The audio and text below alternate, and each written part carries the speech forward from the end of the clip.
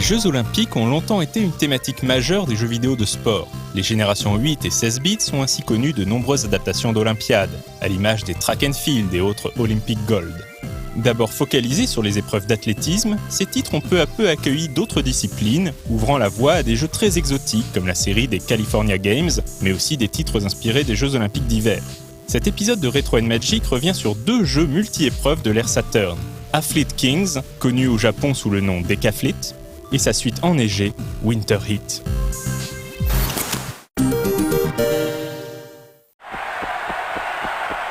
Sorti dans un premier temps sur le système d'arcade Sega Titan Video, avant d'être adapté sur Saturn, Athlete Kings met en scène 8 compétiteurs dans une dizaine d'épreuves d'athlétisme.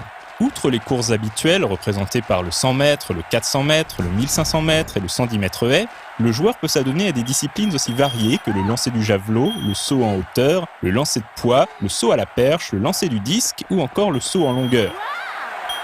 Arcade oblige, les commandes se résument à 2 boutons, l'un pour la vitesse, l'autre pour déclencher l'action ou obtenir l'angle adéquat. Cela peut paraître basique au premier abord, mais c'est justement cette accessibilité qui fait la force du jeu. Après un rapide tutoriel, le joueur devra essayer d'obtenir la meilleure performance, voire même viser le record du monde. En mode arcade, il faut obtenir un certain score pour pouvoir se qualifier sous peine de quitter la compétition. Athlete Kings demande une grande précision. Le moindre écart ou mauvais timing peut conduire à des performances exécrables ou à une disqualification, provoquant l'hilarité générale lors des parties entre amis. L'univers totalement caricatural encourage cette ambiance bon enfant. Les 8 sportifs proviennent de différents pays et disposent tous d'une corpulence, d'une attitude et de compétences qui leur sont propres. Entre une Jamaïcaine ultra rapide, un baba cool des 70s vêtu d'un maillot zébré ou encore une frêle jeune femme chinoise, le jeu ne se prend pas au sérieux et assume ses clichés, donnant souvent lieu à des séquences improbables. L'autre performance d'Athlete Kings est sa réalisation. La conversion Saturn est très réussie et affiche des graphismes rarement atteints sur la console. À l'image de Virtua Fighter 2 ou encore Last Bronx, le jeu exploite le mode haute résolution de la Saturn et propose des graphismes en 704 par 480 et 60 fps.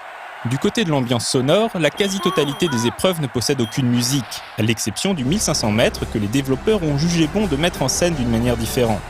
Durant cette ultime épreuve, le joueur est accompagné par une musique très cinématographique, donnant la motivation nécessaire pour terminer la compétition sur la plus haute marche du podium.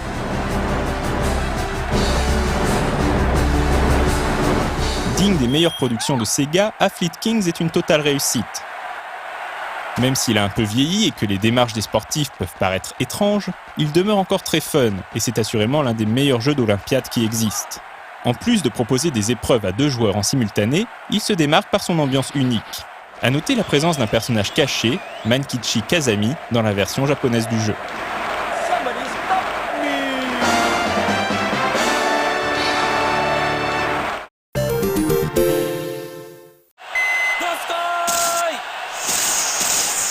Un an après Athlete Kings, Sega capitalise sur sa licence multi-épreuve et en réalise une déclinaison hivernale, Winter Heat. Le jeu reprend donc dans les grandes lignes la même recette que son aîné, mais comme son nom l'indique, adapte cette fois-ci les Jeux Olympiques d'hiver. Sans surprise, on retrouve la quasi-intégralité du cast, auquel viennent s'ajouter 2 nouvelles têtes. La Jamaïcaine, Femi Kadiena, laisse place à un dénommé Johan Stenson, tandis que Bibi remplace Jeff Janssens, même si ce dernier reste dans le jeu sous forme de personnage caché. Winter Heat s'appuie sur les bases de son modèle avec un gameplay très nerveux. Il s'agit toujours d'obtenir les meilleures performances en s'aidant de 2 boutons pour doser la vitesse, choisir le bon angle et déclencher l'action. Ski, patinage, snowboard, bobsleigh, les 11 épreuves sont variées et très bien réglées. Comme pour Athlete Kings, un tutoriel est proposé avant le début de chaque discipline et il est bien entendu possible d'affronter un ami en alternance ou en simultané selon l'épreuve. Exploitant comme son prédécesseur le mode haute résolution mais avec des graphismes en 704 par 240, Winter Heat s'avère toutefois encore plus spectaculaire. Les angles de caméra sont audacieux et la poudreuse est particulièrement bien rendue.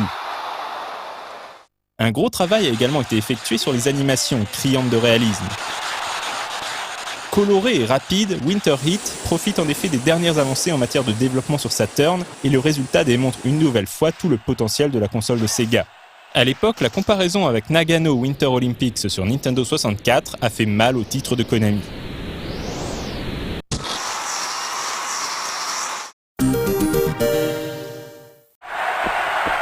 Malgré le poids des années, Athlete Kings et Winter Heat restent des valeurs sûres, que ce soit sur borne d'arcade ou sur Saturn. Lors de leur sortie, ces titres ont conquis les joueurs, et la presse spécialisée n'a pas manqué de souligner leurs nombreuses qualités. Sega retentera l'expérience sur Dreamcast avec Virtua Athlete 2K, mais ce 3e épisode recevra un accueil timide à cause d'une réalisation bien loin des standards de l'époque et de l'abandon du côté cartoon. Au Japon, il existe une compilation regroupant Athlete Kings, Winter Heat et Virtua Athlete 2K dans la collection Sega Ages. Le plaisir de jeu, surtout pour les 2 volets 32 bits, demeure intact.